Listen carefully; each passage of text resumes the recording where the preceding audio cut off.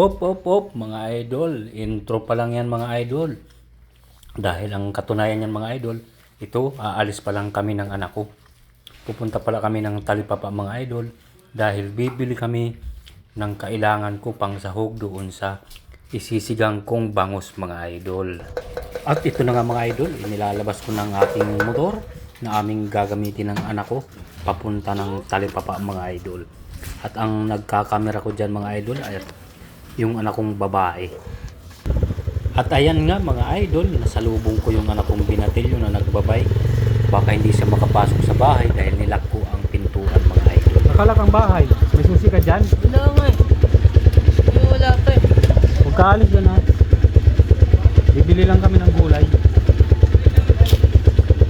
At ayan mga idol, dinaanan ko muna dito yung bunso ko dito sa tambayan nila sa pool.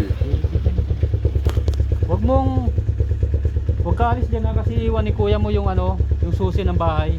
Bibili lang kami. Huwag mo din mawala yung susi na eh. Nakabidyo ka? At ito na nga mga idol, nandito na kami sa Talipapa ng Sibera mga idol. Ayan, ang likot ng nagkakamera ko mga idol, nahihilo ako. At ayan na nga mga idol, bumaba na ako. At pumunta na ako doon sa bilihan ng gulay mga idol.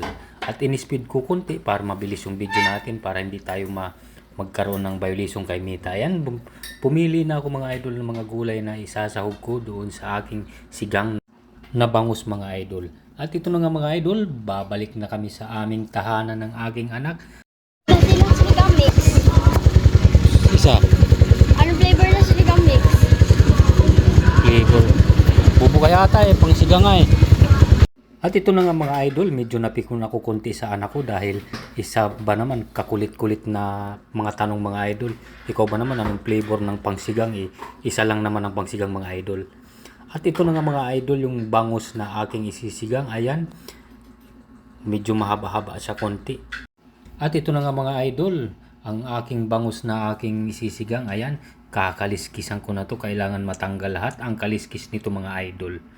At ito na nga, pinagputol-putol ko na ng 5 piraso to mga idol para sakto sa aming 5 mga idol.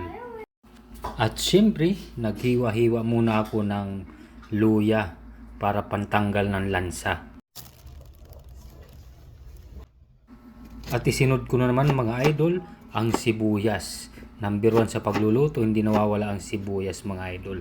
At ito na nga mga idol, hinimay-himay ko na ang mustasa na aking isasahog sa aking sinigang mga idol. At isinunod ko na rin mga idol ang kangkong mga idol. At hiniwa-hiwa ko na rin mga idol ang talong.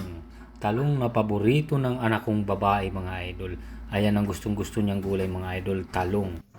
At matapos ko himayin ang mustasa, kangkong at hiwa-hiwain ang talong, ayan hinugasan ko ng mga idol at nagpakulo na rin ako ng tubig.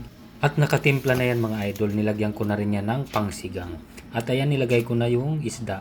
At ayun nga mga idol, makalipas ang irang minuto, luto na ang ating isdang sinigang. At ayan nilagay ko na ang gulay, ang mustasa, kangkong at talong. At ito ang paborito ng aking mga anak mga idol. At siyempre makalipas ang ilang minuto mga idol, ito na luto ng aking sigang na bangus. At ito na nga, luto ng ating sinigang ay magsasaing naman ako. Ayun mga idol, tingnan ko lang yung sinaing ko kung luto na. Nagugutom na ako. Grabe. Grabe na to. Gutom na. Ito yung sinaing ko. Ayun. Luto na. Luto na mga idol. At ito na nga mga idol, dahil luto ng aking sinaing, nagugutom na ako. Ayan, naghain ako para makakain ng mga idol. Ayan. Sarap.